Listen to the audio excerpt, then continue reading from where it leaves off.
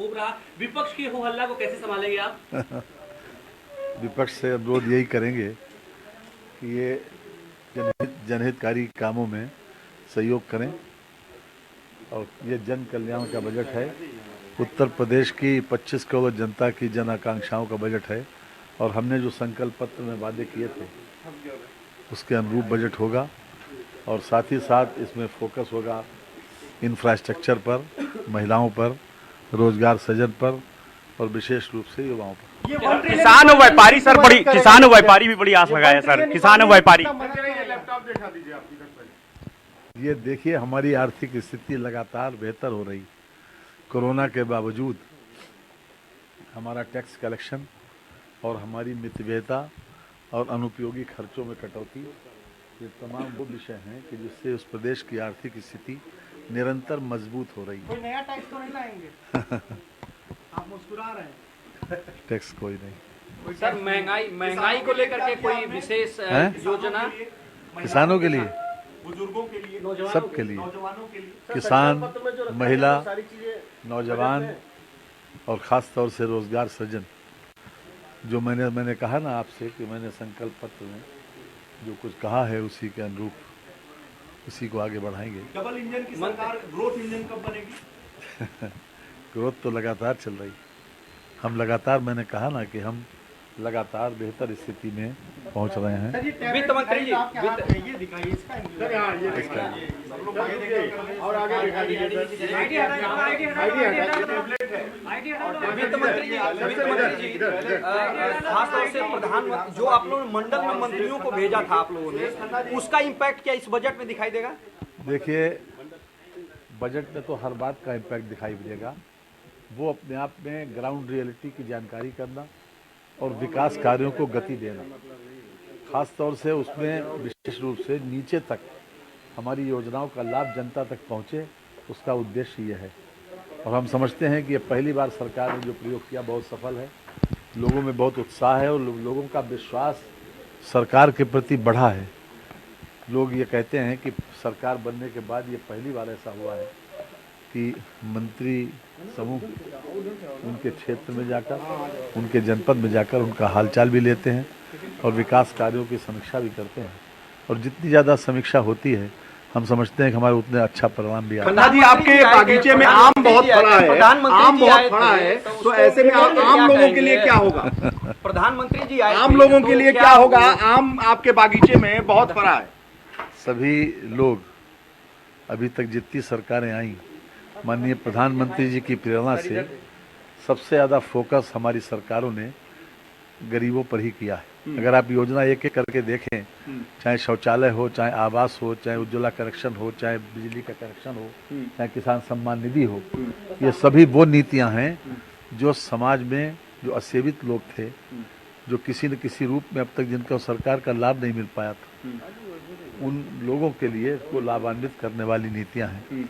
और इसी विचार को हम आगे बढ़ाएंगे।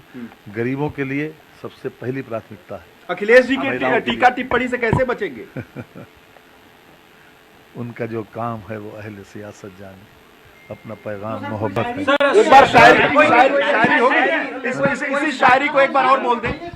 इसी को शायरी में अखिलेश जी के ऊपर जो आप कह रहे हैं, इसको शायराना अंदाज में और ऊंचे आवाज में बोले। मैंने कहा ना कि उनका जो काम है वो अहले सियासत जाने, अपना पैगाम मोहब्बत है जहाँ तक पहुँचे। तो ये मोहब्बत कहाँ तक पहुँचेगी?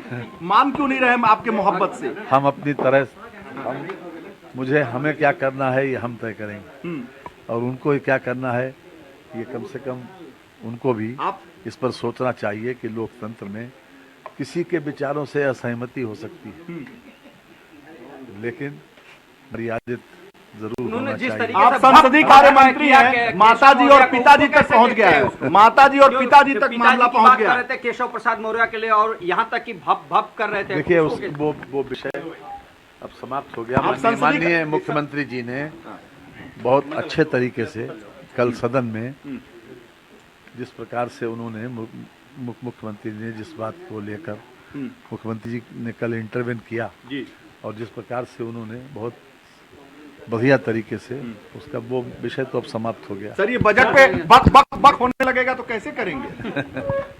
ये झक को कैसे सब बर्दाश्त करेंगे सर? सर ये झक को कैसे बर्दाश्त करेंगे? काल्पनिक सवालों का तो जवाब तो है। सर आप संसदीय कार्य मंत्री हैं, आप संसदीय कार्य मंत्री हैं, क्या संदेश देना चाहेंगे? हम तो चाहते हैं कि हम लोग हर तरह से प्रदेश का कल्याण के लिए आगे बढ़ें और सभी लोगों को मिलकर, सभी का उद्देश्य एक ही है कि हम प्रदेश की जनता का कल्याण करें और हम इसी विचार पर आगे बढ़ रहे हैं और हम सभी लोगों से अपील भी करेंगे कि इसी विचार को लेकर सभी लोग एकजुट होकर इस विचार को आगे बढ़ाएं। एक महत्वपूर्ण सवाल है, आपने उसका जवाब नहीं दिया। मैं आपके बागीचे में घूम रहा था, कई ऐसे आम के पेड़ हैं जिस पर आम से लदा हुआ है, भरा हुआ है। आम लोगों के लिए बजट कैसा होगा, कैसा महत्वपूर्ण होगा? मैंने कहा ना कि हमारी सरकार गरीबों के प्रति समर्पित रही है और आगे भी रहेगी। सभी लोग आते हैं, आम लोग जनसामान्य को तो निश्चित रूप से लाभ मिलेगा। जनसामान्य को वित्त मंत्री आज बजट पेश करने जा रहे हैं, कितना बड़ा बजट है और उत्तर प्रदेश की जनता के लिए क्या खास है इसमें? अब तक सबका सबसे बड़ा बजट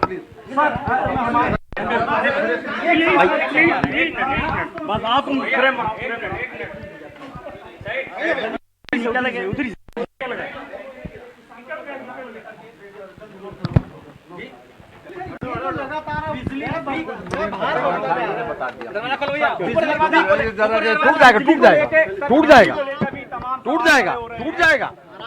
सर युवा भी उम्मीद को लेकर के क्या इस बजट में प्रावधान है? टूट जाएगा, ये टूट जाएगा। करके कोई प्रावधान है? सर इस बार के बजट का प्रारूप भी बहुत उम्मीद लगाए हैं सर। खन्ना जी केवल एक सवाल का जवाब दीजिए, बिजली फ्री और गन्ना को लेकर के क्या कोई अब आप हाउस में सुनिएगा, उसके बाद सर कितना बड़ा रहेगा? चले आगे तो बिल्कुल ये वित्त मंत्री सुरेश खन्ना हैं और मेरे साथ मौजूद हम। सर कितना बड़ा बजट है सर? ये कितना बड़ा बजट है, कितना बड़ा रहेगा? वो अब बजट पेश करेंगे आज जो सर पहला बजट होगा और 6 लाख करोड़ बड़ा बजट रहेगा। बजट होगा इस बार का, तो कितना बड़ा बजट माना जाए? अब तक का सबसे बड़ा बजट, मतलब माने कि 6 लाख करोड़ का जो बजट है इस बार।